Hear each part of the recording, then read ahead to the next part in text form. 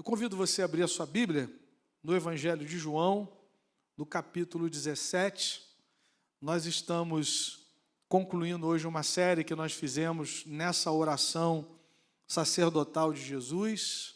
Estamos hoje concluindo essa série de mensagens nesse texto. Nós vamos ler do verso 20 ao 26. João, capítulo 17, de 20 ao 26.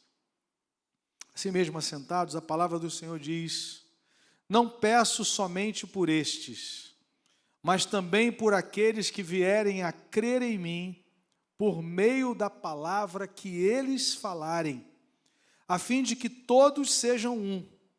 E como tu, ó Pai, estás em mim e eu em ti, também eles estejam em nós, para que o mundo creia que tu me enviaste. Eu lhes transmiti a glória que me deste, para que sejam um, como nós o somos. Eu neles e tu em mim, a fim de que sejam aperfeiçoados na unidade, para que o mundo conheça que tu me enviaste e os amaste, como também amaste a mim. Pai, a minha vontade é que onde eu estou, também estejam comigo os que me deste, para que vejam a minha glória que me conferiste, porque me amaste antes da fundação do mundo.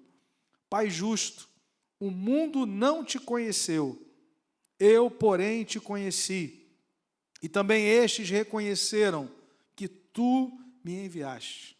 Eu lhes fiz conhecer o teu nome, e ainda o farei conhecer, a fim de que o amor com que me amaste esteja neles e eu neles esteja. Amém?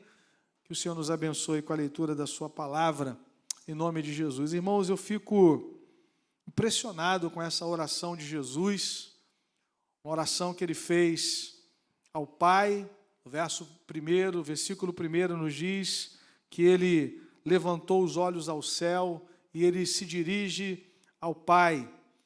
Jesus fez essa oração na presença dos seus discípulos, né? Ele cita ali a presença dos discípulos. Eu não rogo somente por estes. Então Jesus fez uma oração que foi testemunhada por aqueles discípulos, de uma forma mais específica no texto, pelos 12 que estavam ali com ele. Jesus está se dirigindo para a cruz. Nós vamos ver isso logo no início do capítulo 18, que ele sai dali e se dirige para o jardim, onde ele vai ser preso, dali ele vai ser levado para ser julgado e, posteriormente, condenado. Então, ele está caminhando para os seus minutos finais, e nesses momentos finais ele decide investir nos seus 12, nos seus discípulos, porque eles dariam continuidade à obra do Evangelho. Ele daria continuidade à obra do Evangelho. Então, esse é o contexto de João 17. Começa lá no capítulo 13, Jesus se reunindo com os discípulos, lavando os seus pés, depois participando da ceia, capítulos 14, 15 e 16, falando sobre a vinda do Consolador, que eles não ficariam órfãos. A gente vê aqui o cuidado do Senhor. Eu lhes enviarei outro Consolador, da mesma essência divina. E é interessante quando nós lemos no livro de Atos dos Apóstolos, que narra os primeiros anos, as primeiras décadas da igreja, a igreja não está lamentando a ausência de Jesus fisicamente, porque o Espírito Santo está presente, né? Então a gente vê que a vinda do Consolador vem suprir a necessidade da presença de Jesus. Eu vos enviarei um outro da mesma essência, Consolador, que estará para sempre com vocês. Louvado seja o Senhor pelo seu cuidado com a igreja. E essa oração aqui é uma oração de cuidado, de zelo, né? De uma forma bem simples, nós já falamos isso em mensagens anteriores, nós temos aqui 3 focos nessa oração. Primeiro, Jesus orou por si mesmo. Nós vemos isso nos primeiros versículos, né? Pai, é chegada a hora, glorifica o teu Filho. Depois, dos versículos 6 ao 19, Jesus orou pelos seus discípulos imediatos, né? Aqueles que estavam ali ao seu lado, aqueles que foram chamados e iniciaram a caminhada do discipulado com o Senhor.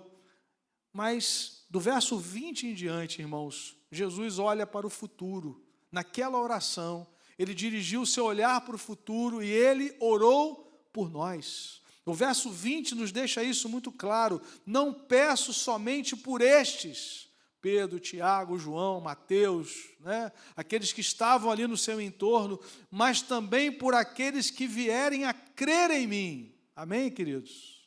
Nós chegamos à fé em Jesus, e na última parte do texto, por meio da palavra que eles falarem, né? A palavra de Deus, que foi transmitida por Jesus, e esse é o caminho do discipulado. Percebam aí, no versículo de número 8, Jesus diz: porque eu lhes tenho transmitido as palavras que me deste. Versículo 14, eu lhes tenho dado a tua palavra. Mas no 20 ele diz a palavra que eles vão pregar. Eles receberam e eles vão transmitir. Amém, amados? É por isso que o Evangelho chegou até nós. Porque as gerações de discípulos de Jesus na história passaram adiante a palavra que receberam do Senhor. E a grande pergunta que fica para mim e para você é: vai parar em nós? Será que nós temos sido fiéis ao chamado de fazer discípulos de todas as nações? De investir em vidas? Foi o que Jesus fez. Jesus não negligenciou a multidão, mas ele derramou a sua vida sobre poucas pessoas, investindo nelas para que elas dessem continuidade à obra do Evangelho, à expansão do reino de Deus. Hoje, então, irmãos, nós vamos refletir sobre essa terceira parte da oração sacerdotal de Jesus, considerando o fato de que ele dirigiu o seu olhar para o futuro e orou por nós.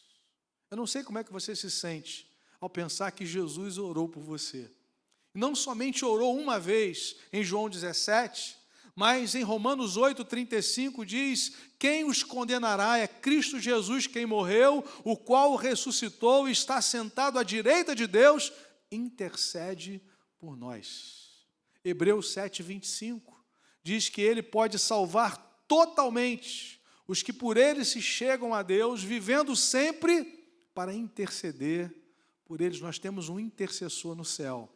Nós temos Jesus, nosso Salvador, o nosso mediador e também o nosso intercessor. Olhando para o texto de hoje, irmãos, eu queria compartilhar a grande ideia desse texto. Pessoas em toda a história da igreja crerão em Jesus por intermédio da palavra proclamada por seus discípulos. E o testemunho da igreja é mais vigoroso se for demonstrado em unidade. Então, durante toda a história da igreja, enquanto a igreja estiver na terra, pessoas vão crer em Jesus por intermédio da palavra, que será pregada, que será anunciada pelos seus discípulos. E o testemunho da igreja será mais vigoroso se esse testemunho for dado em unidade em Cristo Jesus. É isso que nós vemos aqui nessa passagem. Irmãos, é muito interessante Jesus olhar para o texto, orar pelos discípulos, que no caso somos nós, e dizer: não peço somente por esses, mas também por aqueles que vierem a crer em mim por intermédio desses discípulos, pela palavra que eles vão pregar. Mas olhe para aquele contexto. Um dos 12 estava para traí-lo. Os demais iriam abandoná-lo. Mas ainda assim, Jesus antevê muitos seguidores dele na história. Eu não sei você, mas eu fico encorajado com isso. Porque a tendência que nós temos é olhar para as nossas limitações e dizer assim: olha, acho que daqui a gente não passa, né? A igreja não vai avançar, o evangelho não vai alcançar outras pessoas, porque afinal de contas nós somos fracos, somos inconstantes, né?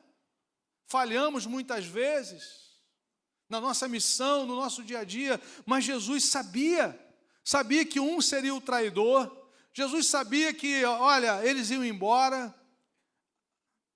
Logo em seguida, ele vai avisar a Pedro: Pedro, olha, o diabo quis peneirar vocês como trigo. Eu roguei por ti para que a tua fé não desfaleça, porque você vai me negar. Pedro falou assim: não, senhor, o senhor está enganado. Olha para a membresia da igreja aqui, qualquer um aqui pode te negar, menos eu. E Jesus fala assim: eu roguei pela tua fé, para que ela não desfaleça. Irmãos, a obra não depende de nós.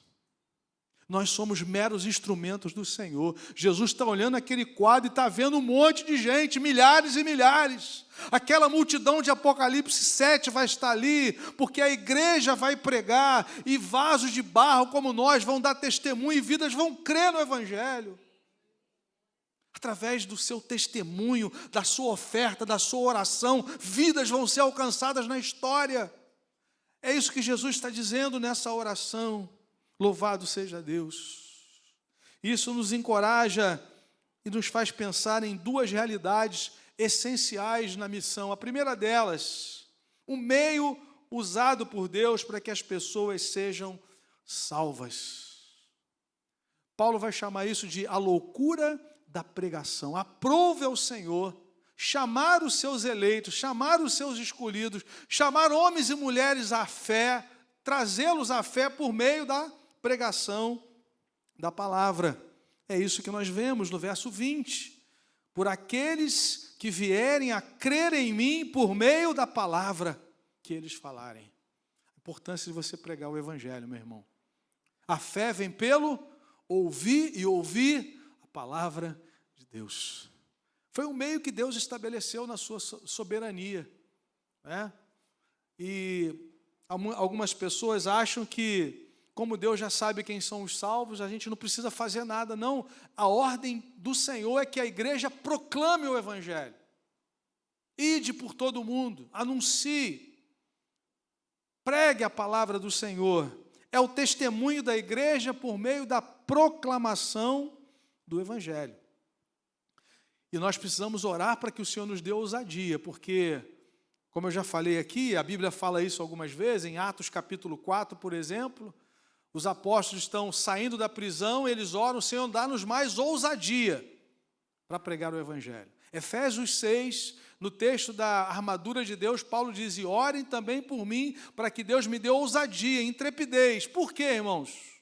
Porque para falar mal do governo, você fala com liberdade. Para falar mal do seu vizinho, você fala com liberdade. Para você falar de futebol, do time que está quase ganhando, o outro está entregando mole o campeonato, você fala com liberdade. Mas quando vai falar de Jesus, meu irmão, é uma batalha. É algo espiritual. O inferno treme. Mas nós estamos debaixo de uma autoridade, de um comissionamento, irmãos. Tem gente que está dizendo assim: pastor, o dia que o anjo aparecer lá no meu quarto, que eu vir uma sarça ardendo, ou que tremeu o chão, eu vou pregar. Meu irmão, não vai chegar sarça, nem anjo, nem trovão. Você já foi enviado.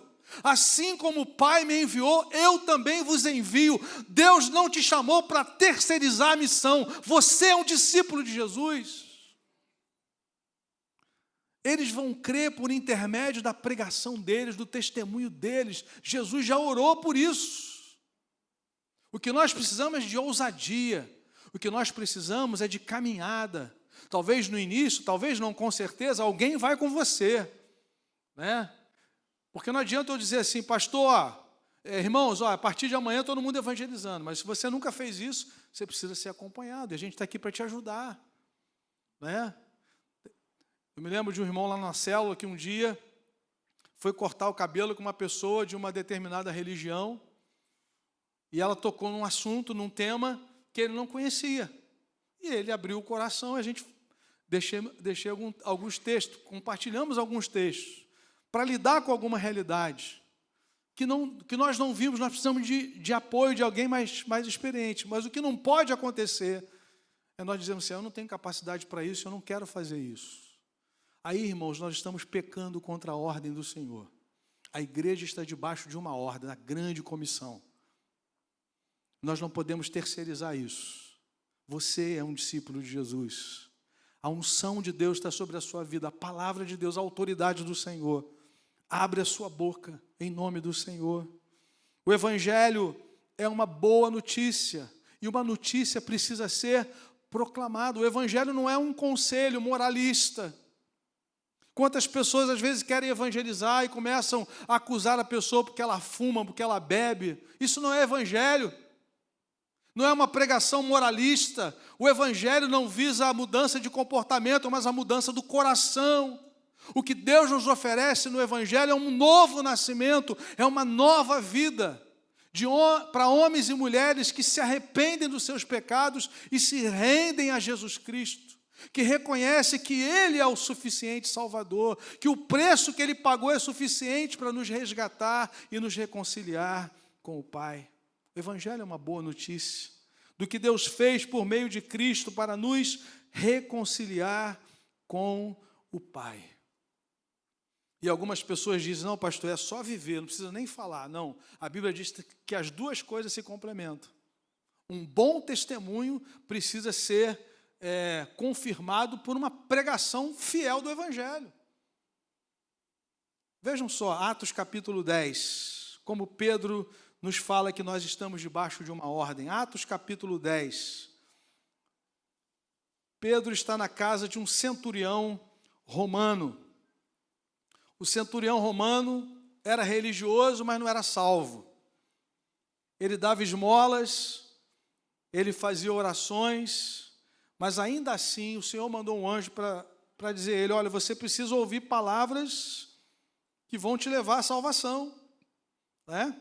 Quando Pedro está explicando o desdobramento dessa visita que ele fez no capítulo 10, abrindo parênteses antes de chegar no capítulo 10, no versículo 11, ele diz assim, Atos 11, versículo 13, Pedro dizendo, e ele nos contou como tinha visto na casa dele um anjo em pé, que lhe disse, envie alguém a Jope e manda chamar Simão, que também é chamado de Pedro, o qual lhe dirá palavras mediante as quais você e toda a sua casa serão salvos.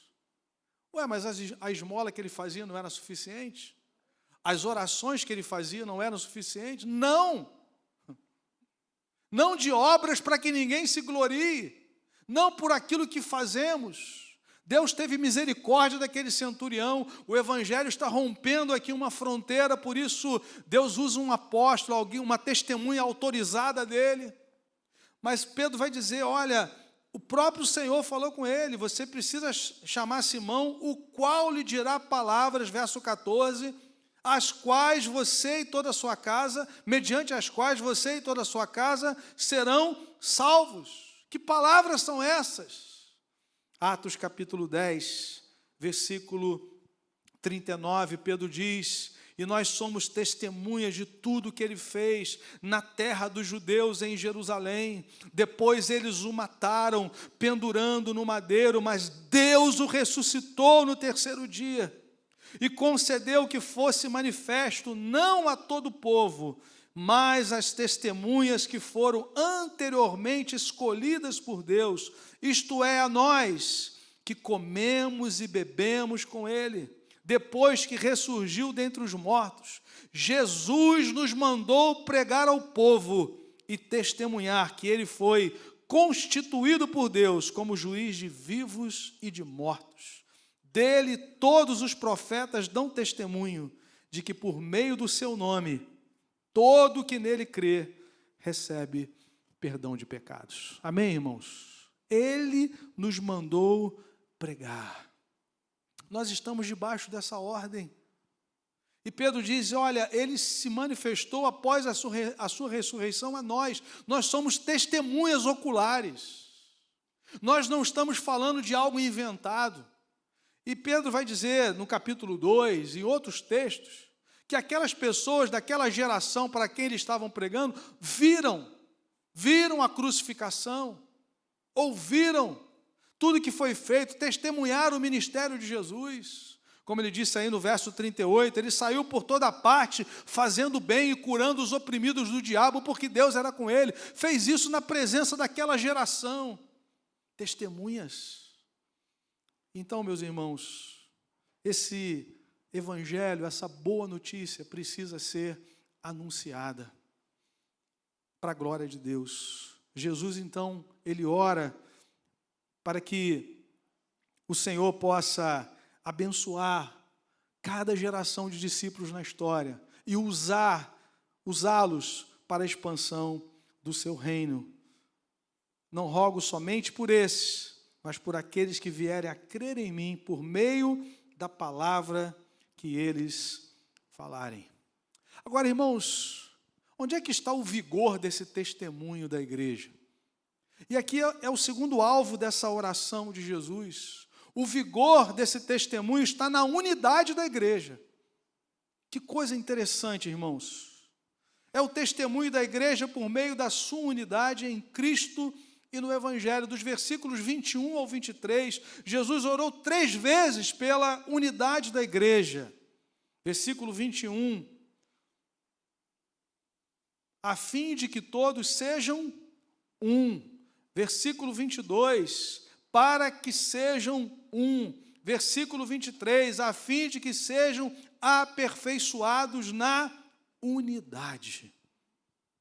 Meus irmãos, o Filho de Deus pedindo 3 vezes pelo mesmo assunto. Tem alguma coisa aí, não tem? O vigor da igreja está na sua unidade. Na unidade em Cristo. Na unidade na missão. Na unidade no Evangelho. Amém? O mundo, ele vai ser ajudado quando ele perceber a unidade da igreja. O mundo vai perceber de Jesus que o Pai enviou a Jesus, o versículo 21. Para que o mundo creia que tu me enviaste. Quando o mundo vê a unidade dos cristãos, dos filhos de Deus, o mundo vai crer que Jesus foi enviado pelo Pai. E que o Pai o amou, e amou o seu povo como amou a Cristo. Verso 23, Jesus fala, eu neles e tu em mim, a fim de que sejam aperfeiçoados na unidade. Para quê? Perceba que toda vez que ele ora pela unidade, tem um propósito. No 21, ele diz, para que o mundo creia. No 23, para que vejam a minha glória que me conferiste, porque me amaste antes da fundação do mundo. Resumindo, irmãos, a resposta de Deus para um mundo dividido é uma igreja unida em Cristo e na missão. Nós vivemos num mundo quebrado.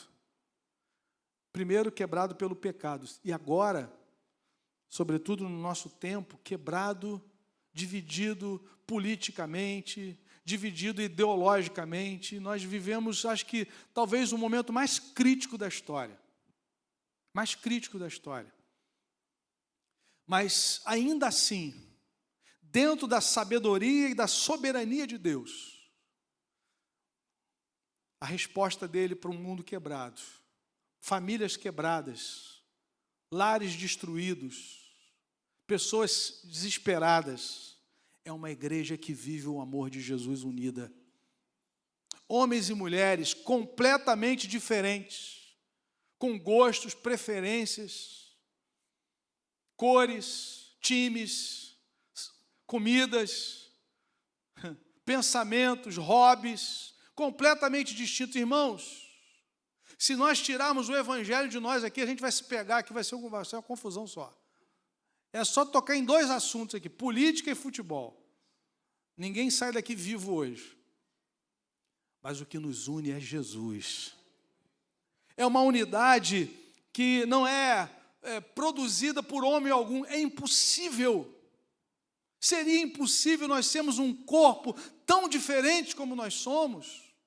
A nossa criação, a maneira como nós lidamos com a vida, olhamos para o mundo, mas agora nós temos algo que nos une, que é o Senhor Jesus. Paulo chama isso de a unidade do Espírito. E ele vai dizer no capítulo 4 de Efésios que nós devemos nos esforçar diligentemente para preservar a unidade do Espírito. Olha o compromisso que você tem como membro do corpo de Cristo. Se esforçar diligentemente, não é Eu até tentei, pastor, mas não, é se esforçar diligentemente por preservar a unidade. O Espírito já produziu a unidade, nós temos que preservá-la, para que nós possamos glorificar o Senhor, estarmos alinhados com a oração que Jesus fez, para a glória de Deus. Se nós queremos ser uma igreja que glorifique o nome do Senhor, nós precisamos caminhar em unidade. Não é uniformidade. Temos diferenças? Temos. O que nós não podemos ter é divergência. Diferenças nós podemos ter. O contrário de divergência é convergência. Tudo caminha na mesma direção, para a glória da mesma pessoa, com o mesmo alvo de pregar o mesmo evangelho. Agora, diferença a gente vai ter. Horário de culto, tipo de música, forma de administração. Isso aí vai ser sempre, até a volta de Jesus. Mas isso não nos impede de caminharmos em maturidade para a glória de Deus, em unidade. Porque nós temos uma mesma missão, que é pregar o Evangelho de Jesus. O mesmo alvo, fazer discípulos que façam discípulos que façam discípulos. Servir ao Senhor com alegria, com os dons que Ele distribuiu sobre o corpo. Domingo passado à noite, o presbítero Léo falou sobre 1 Coríntios 12, nós estamos pregando à noite essa carta, falando sobre os dons. O mesmo Senhor, os dons são diversos, o objetivo é o mesmo, é a edificação do corpo, uma igreja fortalecida para servi-lo na missão no mundo para a glória de Deus. Amém, queridos? Então percebam que Jesus tem dois alvos aqui, o testemunho da pregação do Evangelho e o vigor desse testemunho, a unidade no corpo de Cristo. Jesus conclui a sua oração com dois pedidos específicos: que o seu povo esteja com ele e que veja a sua glória. Verso 24, Pai, a minha vontade é que onde eu estou, também estejam comigo os que me deste. Amém, queridos? O Senhor tem anseio por essa comunhão conosco. Ele quer estar conosco. Mas Ele não só pediu isso, que o seu povo esteja com Ele, mas que também veja a sua glória, para que vejam a minha glória. Irmãos, nós temos uma promessa. Um dia nós vamos estar face a face com o Senhor. Nós que somos a igreja que luta na história, que prega o Evangelho, que testemunha, que sofre por amor a Cristo. Um dia nós haveremos de vê-lo como Ele é. Nós veremos a sua glória. Aleluia. Jesus ora, Pai, eu quero que eles vejam a minha glória. Onde eu estou, que também eles estejam comigo. Jesus tem prazer em ter comunhão conosco, meus irmãos. O que Deus nos oferece no Evangelho é esse relacionamento restaurado. Nós perdemos o jardim, mas o Senhor nos recoloca no jardim da comunhão agora. Eu quero estar onde eles estão, onde eu estou, eu quero que eles estejam comigo. Jesus anseia por uma comunhão mais profunda com você, meu irmão. Que você não só conheça sobre Ele, mas que você o conheça, desfrute dele, de uma comunhão profunda, em nome de Jesus, de um conhecimento que vai crescendo. Verso 26, eu lhes fiz conhecer o teu nome e ainda o farei conhecer. Deus tem mais, é isso que Jesus está dizendo. Conheçamos e prossigamos em conhecer o Senhor, se aprofunde nessa relação de amor. Agora o véu foi rasgado, agora você pode entrar na presença dEle, você pode desfrutar da comunhão com o Senhor.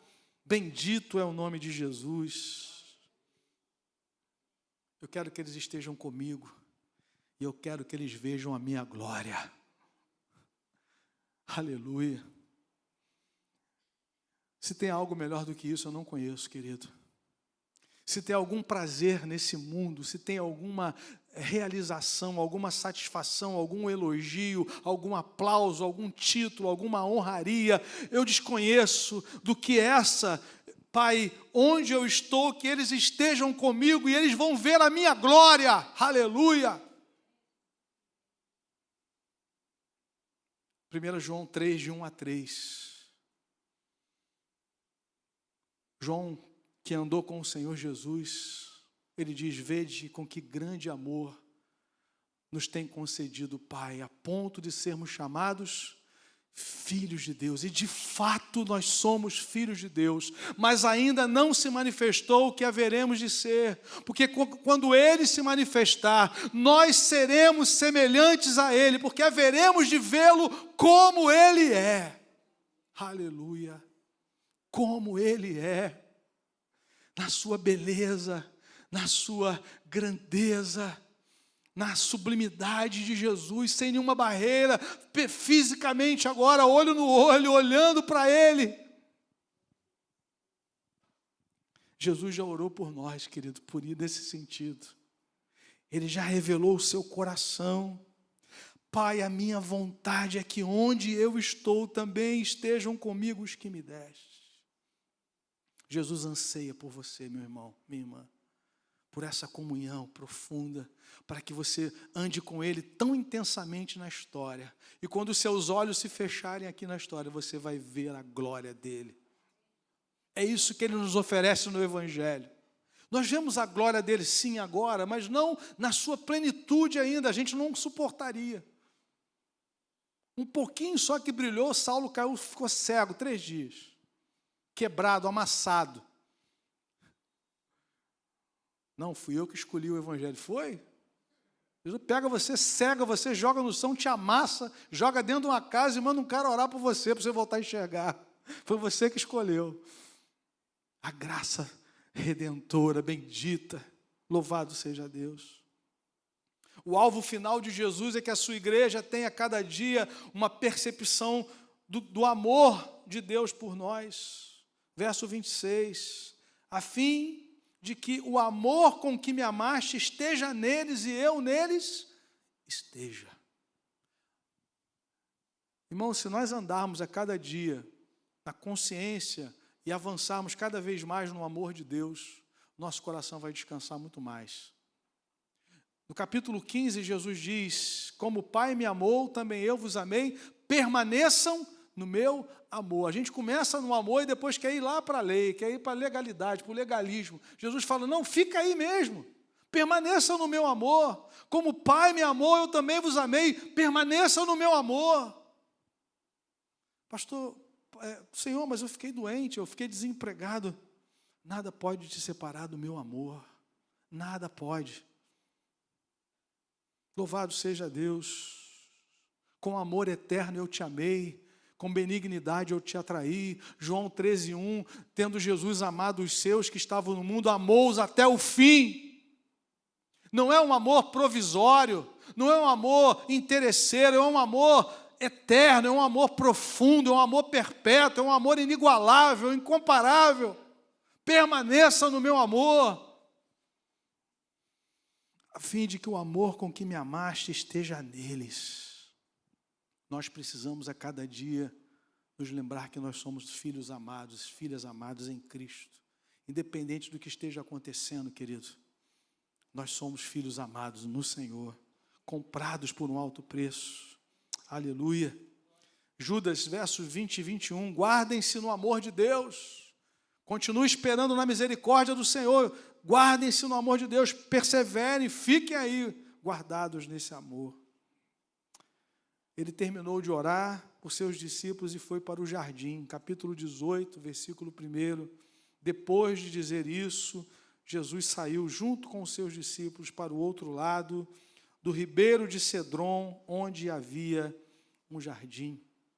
Dali, ele foi preso e, na sequência, condenado injustamente, crucificado em nosso lugar, mas ressurgiu ao 3º dia para nunca mais morrer, louvado seja Deus, para que possamos experimentar o amor do Pai, viver como membros do corpo de Cristo, ter a vida eterna, sermos suas testemunhas no mundo.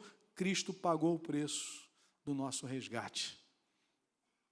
Está consumado, foi pago, louvado seja Deus. Amém, meus irmãos? 2 aplicações. Como você tem contribuído como membro do corpo de Cristo para o avanço do testemunho do Evangelho através da proclamação das boas novas de salvação. Há tantas más notícias, irmãos, que circulam no nosso tempo, que desesperam, que desestabilizam, e nós temos uma boa notícia, uma boa nova de salvação, que nós possamos abrir a nossa boca e semearmos esse evangelho, amém? Conformosos, você quer ter o pé bonito, meu irmão? Conformosos são os pés dos que anunciam coisas boas, né? Pastor, você não viu o tamanho do meu joanete, mas espiritualmente ele é bonito, né? Conformosos são os pés dos que anunciam coisas boas, né? Não precisa ir em podólogo, não precisa ir para manicure, pedicure, prega o evangelho, seu pé vai ficar lindo, pé lindo, aqueles dedos assim cruzados, mas Deus, olha que coisa linda, prega o evangelho, né? Prega o evangelho. Segundo lugar, meu irmão, algo muito profundo que nós precisamos refletir diante do Senhor, como você tem contribuído, como eu tenho contribuído, como membro do corpo de Cristo, para o avanço do testemunho do evangelho através da unidade da igreja.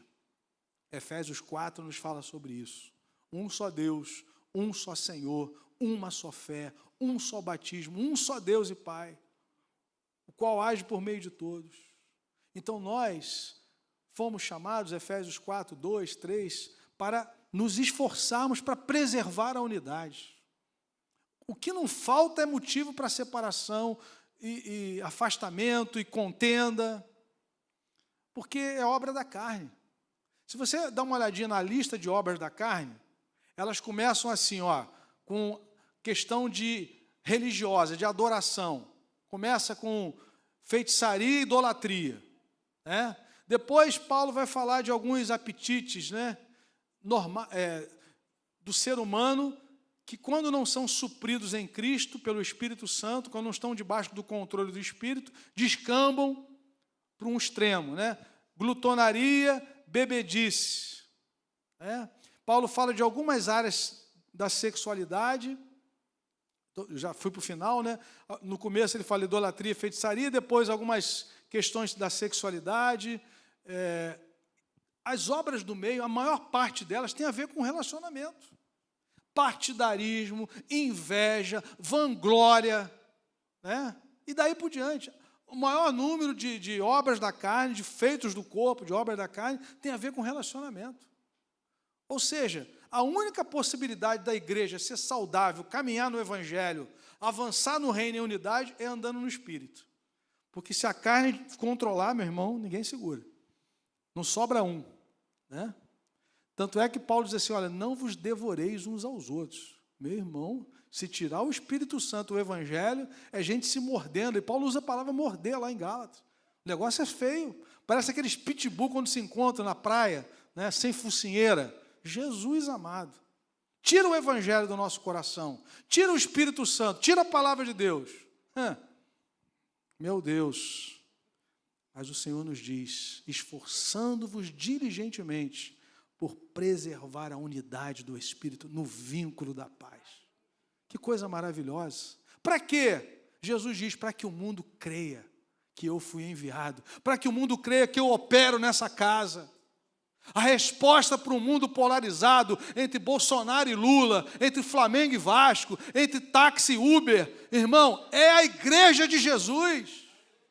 A resposta de Deus para um mundo quebrado, dividido, é uma igreja que se une em amor, que ora pelo irmão, que se alegra com os que se alegram, que chora com os que choram, que coopera no evangelho, que entende a obra é do povo, e eu faço parte desse povo. Neemias nunca tinha pisado em Jerusalém. Ele perguntou, como é que está lá o povo, lá, meus irmãos, meus conterrâneos, né, meus patrícios? Está tudo em desgraça.